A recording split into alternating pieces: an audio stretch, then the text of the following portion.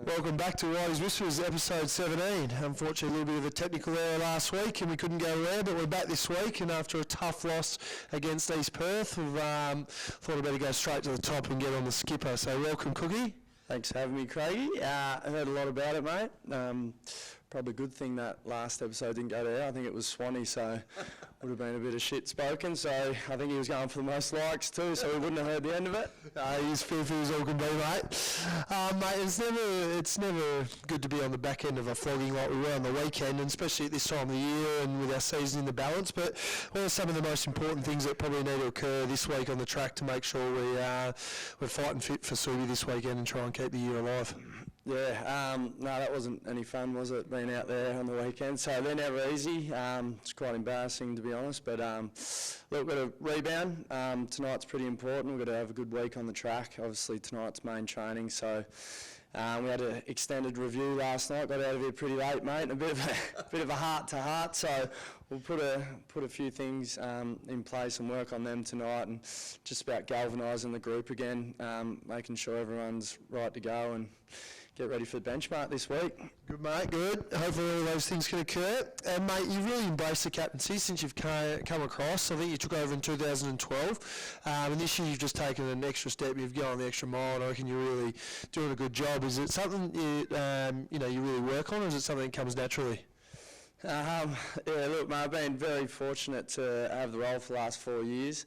Took it on in my second year here, so look, if I'm honest, it was a bit daunting at the start. I hadn't done it before, so it was my first crack at it. But look, I've had great support in having you and Googs as vice captains. I'll give you a plug there, mate.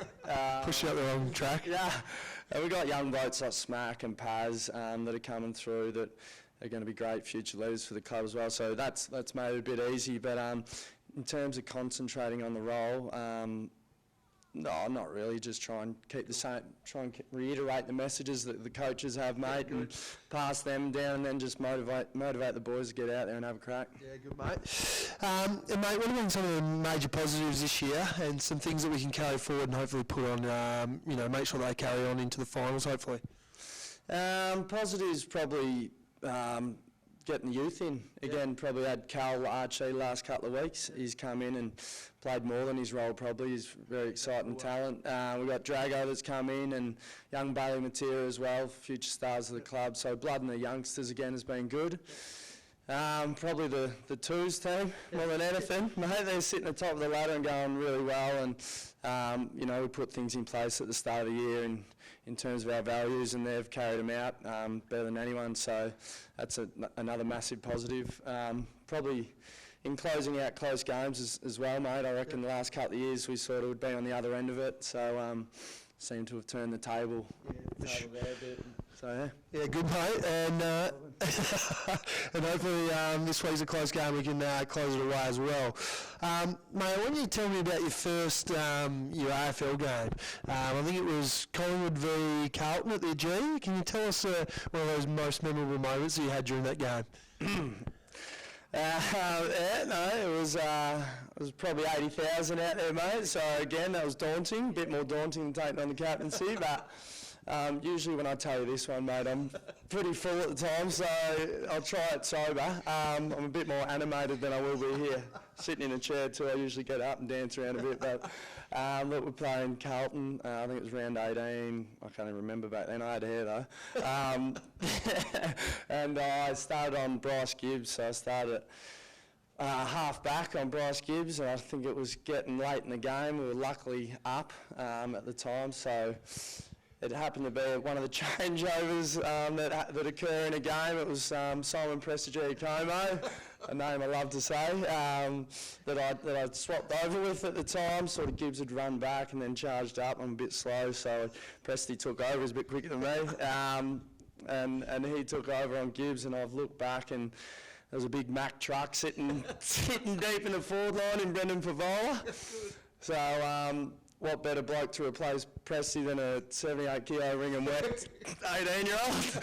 So I made my way down there, mate, and I remember just getting on him and trying to get into him, and all I remember is just these eyes just searing, like staring at me, mate. This story goes for a while too. I hope we've got a bit of tape.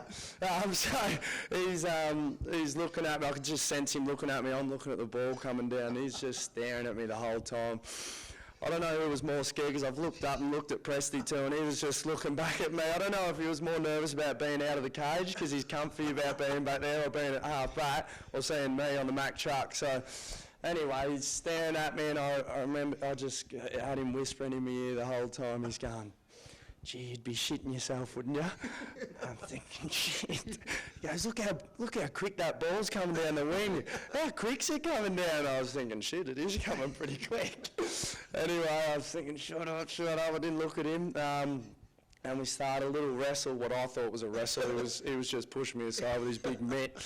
Anyway, the ball's come down. I don't know who had it on the wing, but they've kicked it in. And I'm pushing against him, and I thought, I'm in good spot here. And I've just jumped up to put a spoil in. As it's coming in, the ball's coming down. I thought, I've got this. I'm going to spoil him here. And then all of a sudden, this shadow's just come from nowhere, and this sledgehammer forearm popped in front of me face, and there's two big baseball grip mitts, and he's almost popped the ball as he's clunked it, mate. And all my confidence was shot from there on in. I think he marked it about 60 out and put in the second tier, so that was good.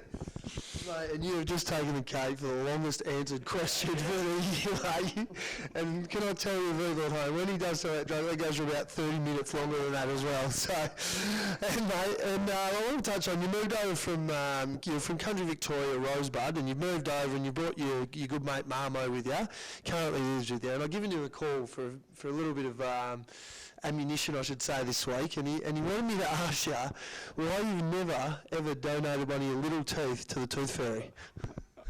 Oh, can I just say that was a mistake bringing him over? I think it was 18 months ago. I wish he left after 2.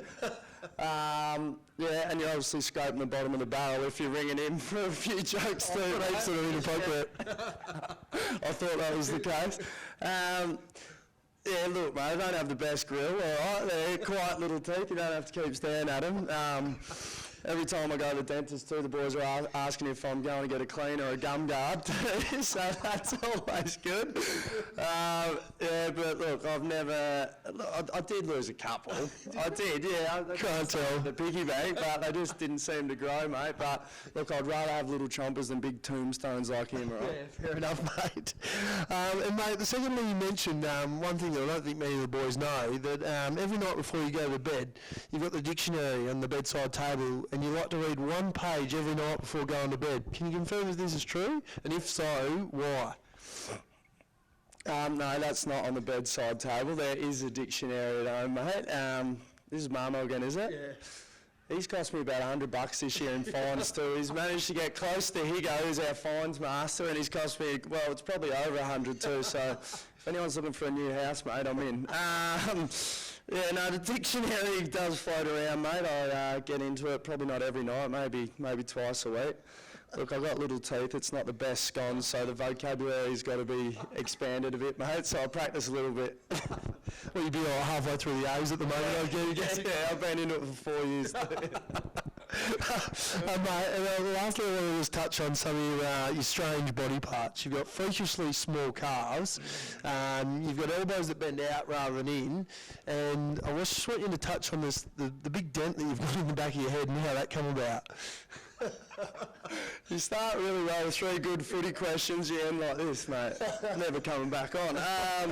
I'm glad you left at those 3 body parts too.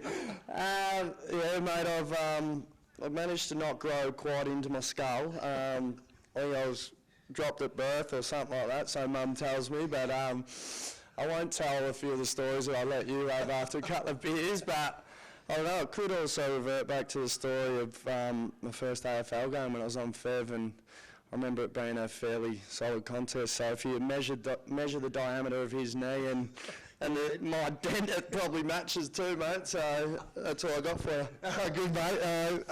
G-rated version that is anyway. So, mate, thanks for the skip coming on in a tough week. Hopefully the boys can get the job done this week versus Subi, and we need to get the win to keep the season alive, and as always, go the Bulldogs.